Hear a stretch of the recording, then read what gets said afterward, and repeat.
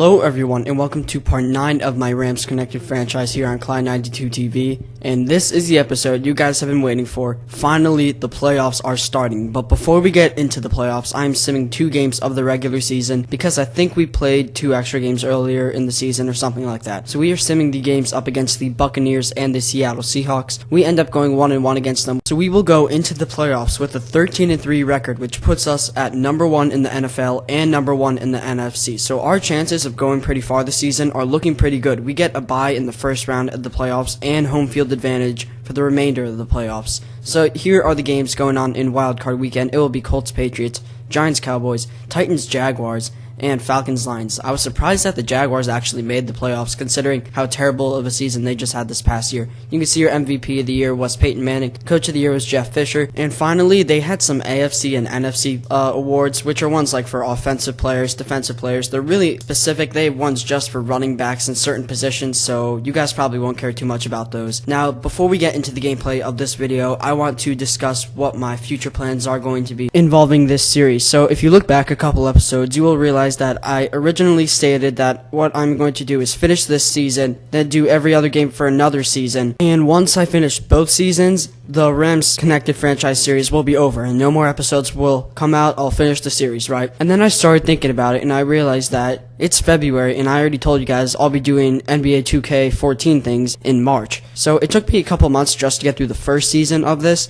So I'm trying to think of like new plans I could do for it. I could stick with my original plan of doing every other game, or there are 2 other things I could do. The second plan I have is to maybe just end the Rams Connected franchise series at the end of the season. So there would be no off season. It would be just a 1-year thing with the Rams, and that would be it, and the series would be over. Now, my final idea I had for it is maybe what I do at the end of this season, no matter how far we get, I just go through the offseason, do an offseason video, and then rather than doing every other game, I could do every third game or something like that. So it would be kind of like a second season of the series. It would just be not as many episodes as the previous season. So you guys can put in the comments what do you think about that and tell me which plan I should do. And just to give you guys some extra news, so far I'm still considering which team to do for my NBA 2K14 association, and the one I have right now planned to do is the Bucks. Thanks to one of the users sharing that with me. If you guys have any other suggestions, you could put those in the comments below as well. And the final piece of news I have for this channel for you guys is basically involving next year's Madden series. Now, one thing I've seen since starting up this Madden series is a lot of people have different suggestions of what team I should play as other than the Rams. And I do appreciate you guys giving me all these suggestions because it shows that you guys are really getting into the series. But I'm sticking with the Rams for now. So what I have decided to do for next year's version of Madden is rather than me picking the team, what I'll do, I'll probably give you guys around 8 to 10 teams that I want to play as for next year's series, and I'll have you guys vote on it, so that way you guys will still be deciding which team I play as, and that way I won't be playing as really dominant teams like the Broncos or something like that. I'll be playing as teams like the Rams, for example, that need to be rebuilt. So that is enough news for this episode. I'll talk about the gameplay now. So we are playing the New York Giants. I think they're like the 5 seed or something in the playoffs. They beat the Cowboys in the first round while we got a bye. And since this is the playoffs, every game is a game we must win. Obviously, we can't make a Super Bowl run if we lose in the second round to the Giants. So every game we're playing right now is a game we have to win. So at the beginning of this game, they went 3 and out and punted us the ball. Tavon Austin brought back, and I think he was called for a unnecessary roughness penalty out of bounds. So we got the ball at like the 14-yard line. And now Jacquizz Rodgers is running up the middle for a touchdown. If you guys see right there, Case Keenum is actually playing in this game. If you guys saw the last episode, he actually got hurt and it said he would not be back for 4 weeks. So I estimated that he would not be back until the NFC semifinal game or the NFC Championship, but it turns out that the 4 weeks included the game that they were playing, and I wasn't including that in my calculation. So now the Giants are running David Wilson up the middle. They realize that we probably have a stronger pass defense than we do a run defense, and that applies for the Giants as well. I'm a pretty big Giants fan, and I know that although they do have a pretty good offense, their run defense and offensive line are both horrendous. So I know that our strategy this game is going to be to attack their offensive line as much as we possibly can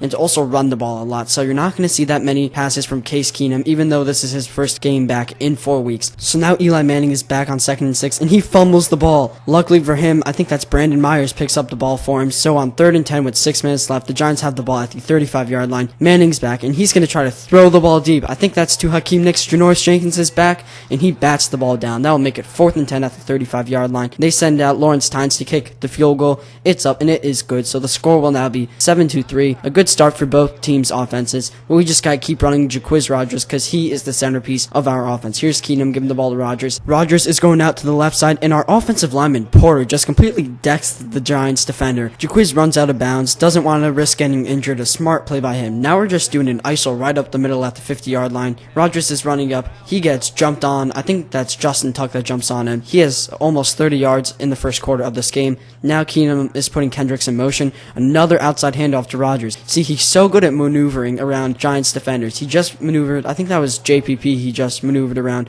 and we get the ball at the 25-yard line. Now we're doing that corner strike play to Brandon Lloyd. A good pickup by us at the beginning of this season. I'm pretty confused that he was a free agent in the first place. I guess things just didn't work out well with him in New England. So now we have Jacquizz Rodgers running up the middle for a 6-yard gain. Now on 3rd and 4, we're going to try to get into the end zone and increase our lead to 7 points. Keenum is back. We have 2 wide receivers running in opposite directions. Keenum gets it to Michael Floyd on the right side for a touchdown. Touchdown Rams. The score is now 10-3. And this Rams offense is running really well with Case Keenum. We're running to set up the pass, which is a good fit for our offense. And Keenum doesn't have the same issue Sanchez had with too many interceptions. Now Manning is back. He's finding Victor Cruz across the middle, trying to get a salsa dance in the end zone. He wants a touchdown eventually in this game. Now they have it on 3rd and 10 with about 20 seconds left in the first quarter. Manning is back. He finds David Wilson, and a good tackle right there. I think that was James Laurinaitis that brought him down, stopping him from getting the first down. Now we have it on 3rd and 10 at the start of the second quarter. Case Keenum is going to the right side, and it is almost picked off. I think that was Corey Webster that almost got it right there. The Giants now have the ball on 2nd and 10. Eli is back, and he's going to do a draw play to David Wilson. A good run by Wilson, almost getting that first down, getting hit down at the 45-yard line. So now it will be 3rd and 1 with 10 minutes left in the second quarter. Wilson will run up the middle and get the first down, but he fumbles it.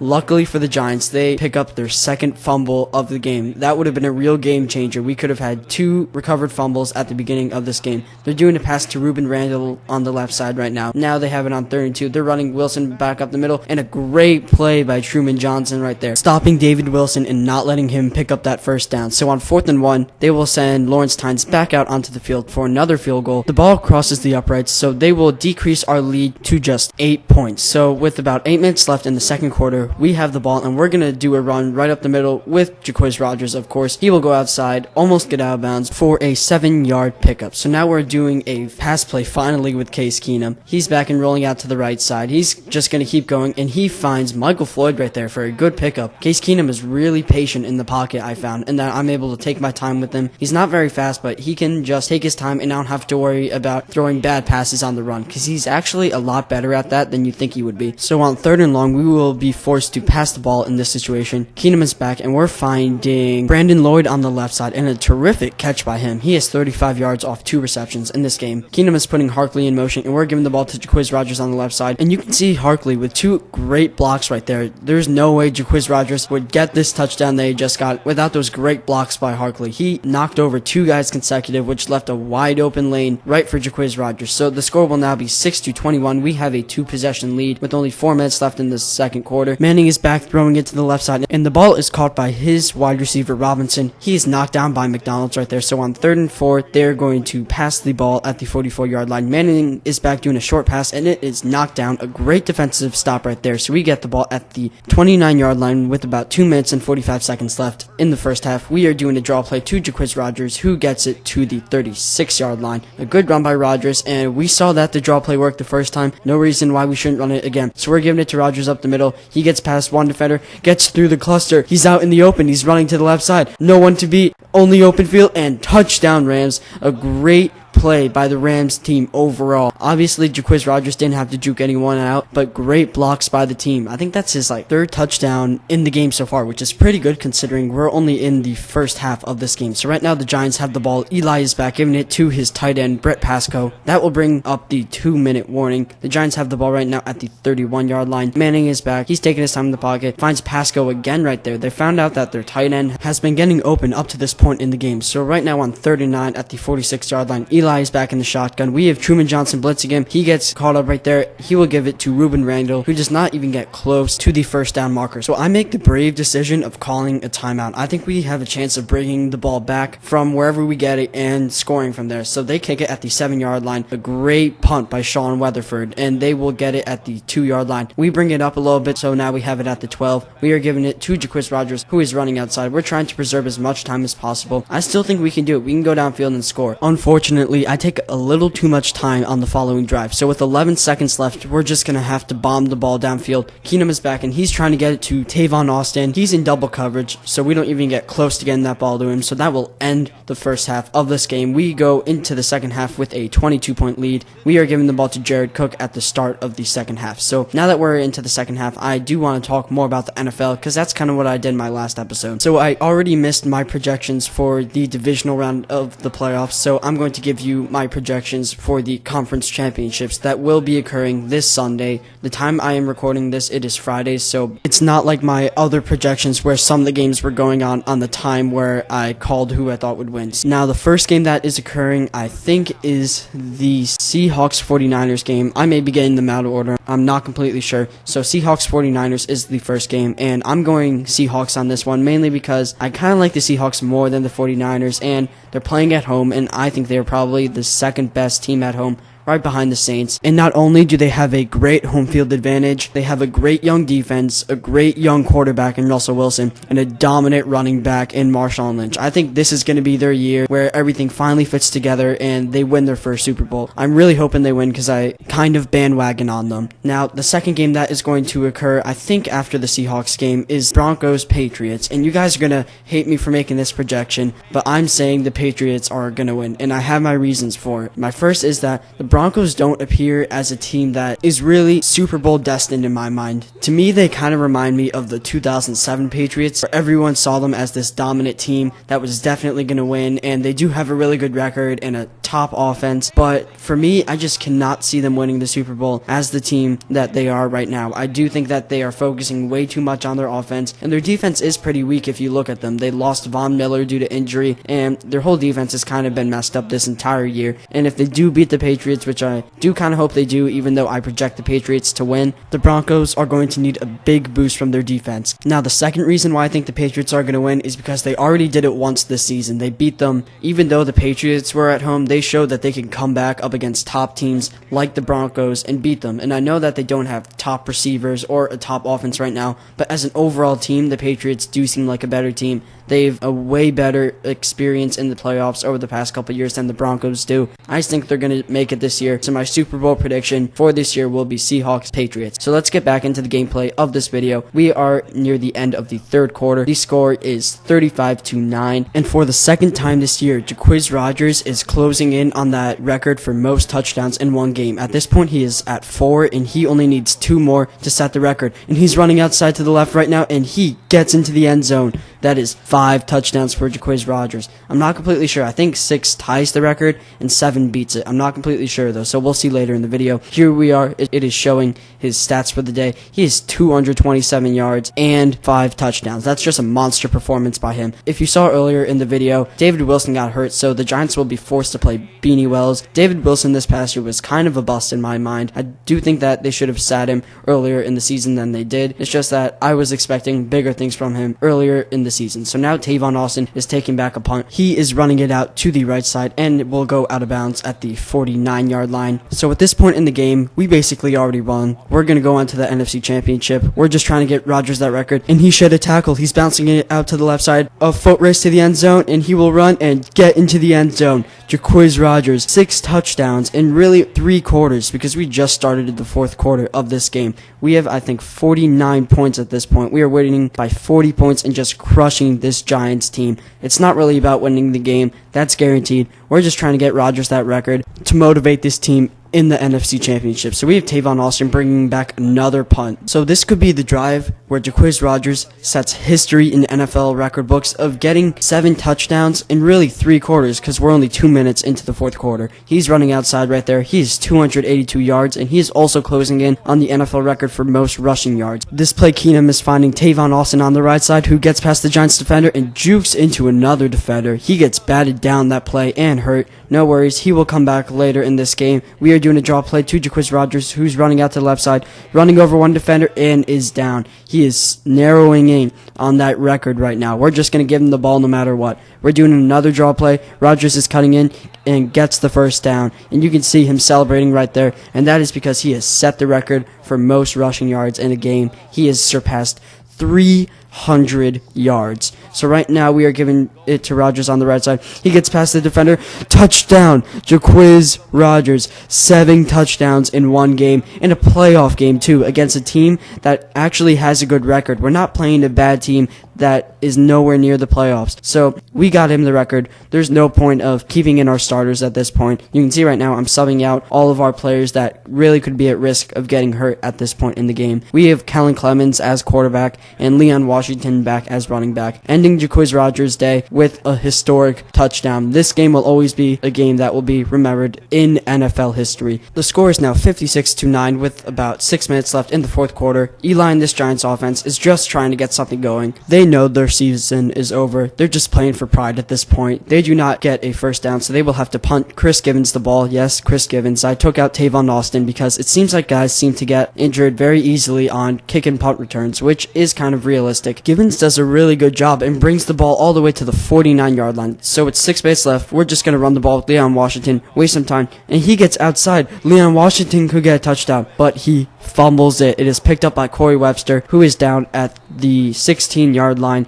Leon Washington is the first turnover of the game, which is pretty good considering our starters didn't turn over the ball for the rest of the game. And then David Wilson fumbles the ball, so we just get it right back. A good recovery by James Laurinaitis. Our backups will now enter the field, and it's kind of weird because we have Isaiah Pede as our fullback with our backups in, which is weird because he's a pretty small guy. He's not as big as fullbacks typically are in the league, but he does do some good blocking and gets Leon Washington to the 10-yard line. On 3rd and 4, we are running it with our fullback Isaiah Pede up the middle, and he gets into the end zone, which is amazing because if we kept our starters in, that could have easily been Jacquizz Rodgers getting his 8th touchdown of this game, so he could have pushed the record back even further. The Giants now have the ball after the 2-minute warning at our 46-yard line on 3rd and 2. Manning is finding Jernigan right there across the middle. They get it to the 38-yard line on 3rd and 9. He is putting his tight end in motion. I have no idea why Tom Coughlin is keeping his starters in. Dave Wilson gets the ball and he fumbles it again. A problem he had in real life this actual season. So that is his 2nd fumble in just the 4th quarter of this game. So Kellen Clemens is handing off the ball to Leon Washington right now. Washington is running outside. He cuts back over to the middle and gets it to the 47-yard line. We're just trying to waste clock at this point, so there's about 30 seconds left in the entire game.